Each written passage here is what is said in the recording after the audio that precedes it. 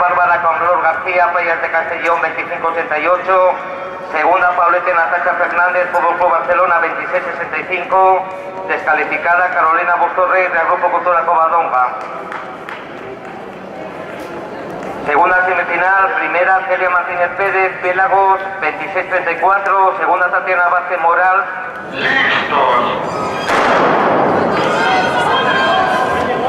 Juez árbitro de la competición, pase por secretaría. Juez árbitro de la competición, pase por secretaría.